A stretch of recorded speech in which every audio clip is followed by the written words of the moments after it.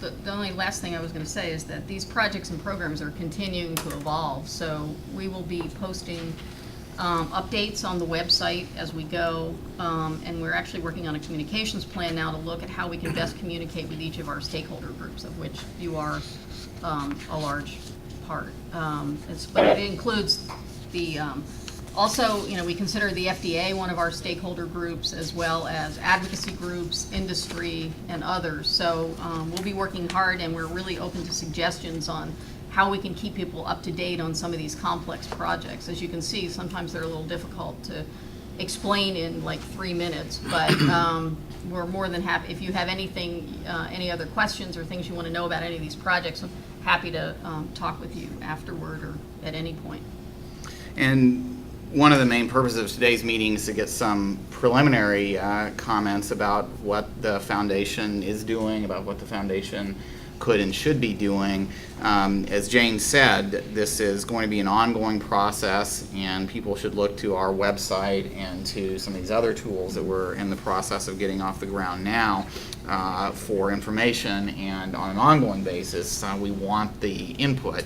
Among other ways of getting that input to us through the website, there's a comment mechanism. I think it's comments@Reagan-Udall.org for submitting specific comments or questions in writing.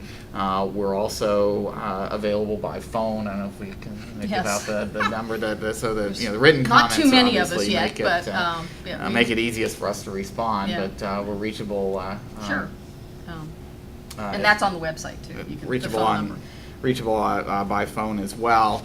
And for today, if there are any comments about not just the initial projects that are getting underway for the foundation, but also about the process, ways in which we can seek your input and collaboration, we'd be very interested in hearing about that. This is a developing foundation right now. The board and the FDA and many outside groups that care deeply about our scientific mission have put a lot of thought and effort into how exactly we go about fulfilling our mission, and I think that's reflected in the steps that we're taking so far.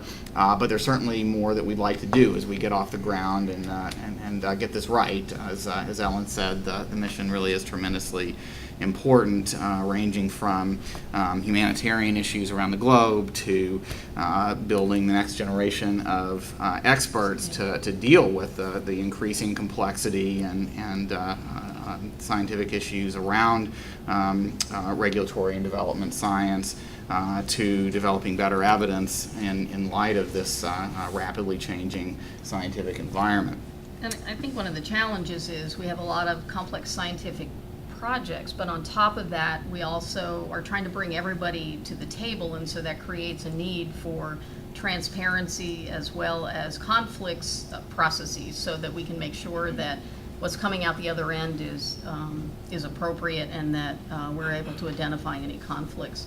We don't want to eliminate folks from the mix because we think we need the data and the experience and information from all of these different groups. So we have many processes going on at the same time, and sometimes it makes it seem a little confusing, I guess.